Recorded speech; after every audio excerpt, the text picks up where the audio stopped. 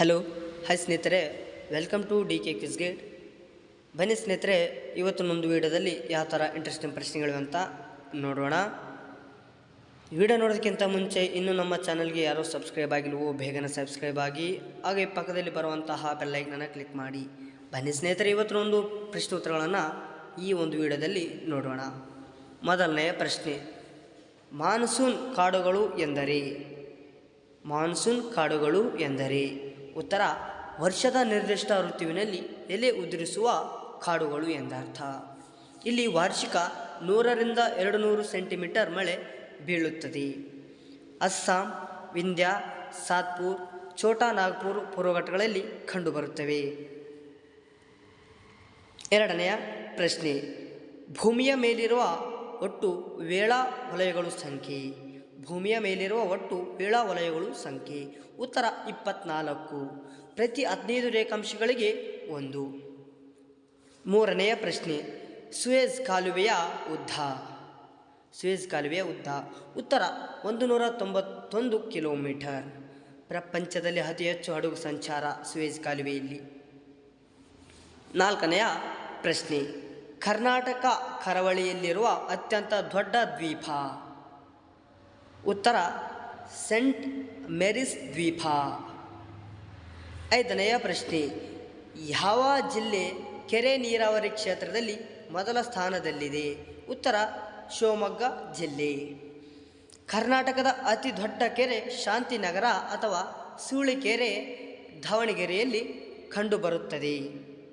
ಆರನೆಯ ಪ್ರಶ್ನೆ, ಕರ್ನಾಟಕದಲ್ಲಿ ಅತಿ ಹೆಚ್ಚು ವ್ಯವಸಾಯೇತರ ಭೂಬಳಕೆಯನ್ನು ಹೊಂದಿದ ಜಿಲ್ಲೆ? ಉತ್ತರ, ಬೆಂಗಳೂರು ನಗರ. ಬಹುತೇಕ ಭೂಮಿಯು ವಸತಿಗಳ ನಿರ್ಮಾಣಕ್ಕೆ ಬಳಕೆಯಾಗಿದೆ. ಏಳನೆಯ ಪ್ರಶ್ನೆ, ಬಂಗಾಳ ಕೊಲ್ಲಿಗೆ ಸಂಬಂಧವಿರದ ದೇಶ? ಉತ್ತರ, ಲಾವೋಸ್. ಒಟ್ಟು 8 ದೇಶಗಳು ಸುತ್ತುವರಿದಿವೆ. ಎಂಟನೆಯ ಪ್ರಶ್ನೆ, ಕೆರಿಬಿಯನ್ ದ್ವೀಪಗಳು ಯಾವ ಖಂಡದಲ್ಲಿ ಕಂಡುಬರುತ್ತವೆ?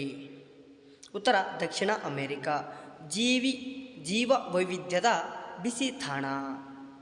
ಒಂಬತ್ತನೇ ಪ್ರಶ್ನೆ, ಕಬ್ಬಿಣ ಅದಿರಿನ ನಿಕ್ಷೇಪದಲ್ಲಿ ಪ್ರಥಮ ಸ್ಥಾನದಲ್ಲಿರುವ ರಾಜ್ಯ? ಉತ್ತರ, ಕರ್ನಾಟಕ ರಾಜ್ಯ.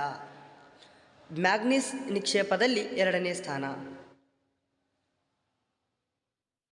ಹತ್ತನೆಯ ಪ್ರಶ್ನೆ, ಭಾರತದ ಅತಿ ಉದ್ದದ ಪರ್ವತ ಶ್ರೇಣಿ? ಉತ್ತರ, ಕಾರಾಕೋರಂ.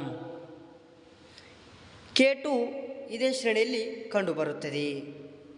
11ನೇ ಪ್ರಶ್ನೆ, ಜಿಬ್ರಾಲ್ಟರ್ ಜಲಸಂಧಿ ಯಾವ 2 ದೇಶಗಳ ಮಧ್ಯೆ ಇದೆ?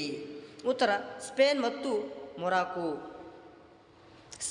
ಮೊರಾಕೊ. ಇದು ಮೆಡಿಟೇರಿಯನ್ ಸಮುದ್ರ ಹಾಗೂ ಉತ್ತರ ಅಟ್ಲಾಂಟಿಕ್ ಮಹಾಸಾಗರವನ್ನು ಜೋಡಿಸುತ್ತದೆ. ಯುರೋಪ್, ಸ್ಪೇನ್ ಮತ್ತು ಆಫ್ರಿಕಾ ಮೊರಾಕ್ ಖಂಡವನ್ನು ಪ್ರತ್ಯೇಕಿಸುತ್ತದೆ. 12ನೆಯ ಪ್ರಶ್ನೆ, ಕರ್ಕಾಟಕ ಸಂಕ್ರಾಂತಿ ವೃತ್ತವು ಉತ್ತರ ಅಮೆರಿಕ ಖಂಡ ಯಾವ ದೇಶದ ಮೇಲೆ ಹಾದು ಹೋಗಿಲ್ಲ? ಉತ್ತರ, ಕ್ಯೂಬಾ. ಕೇವಲ 2 ದೇಶಗಳ ಮೇಲೆ ಹಾದು ಹೋಗಿದೆ. 13ನೆಯ ಪ್ರಶ್ನೆ, ಪ್ರಸಿದ್ಧವಾದ ಏಂಜಲ್ಸ್ ಜಲಪಾತ ಯಾವ ನದಿಗೆ ನಿರ್ಮಾಣವಾಗಿದೆ? ಉತ್ತರ, ಓರಿನೋಕೋ. ಓರಿನೋಕೋ ನದಿಯ ಉಪನದಿಯಾದ ರಿಯೋ ಚುರನ್ ನದಿಯಿಂದ ನಿರ್ಮಾಣ. ಧನ್ಯವಾದಗಳು ಸ್ನೇಹಿತರೆ.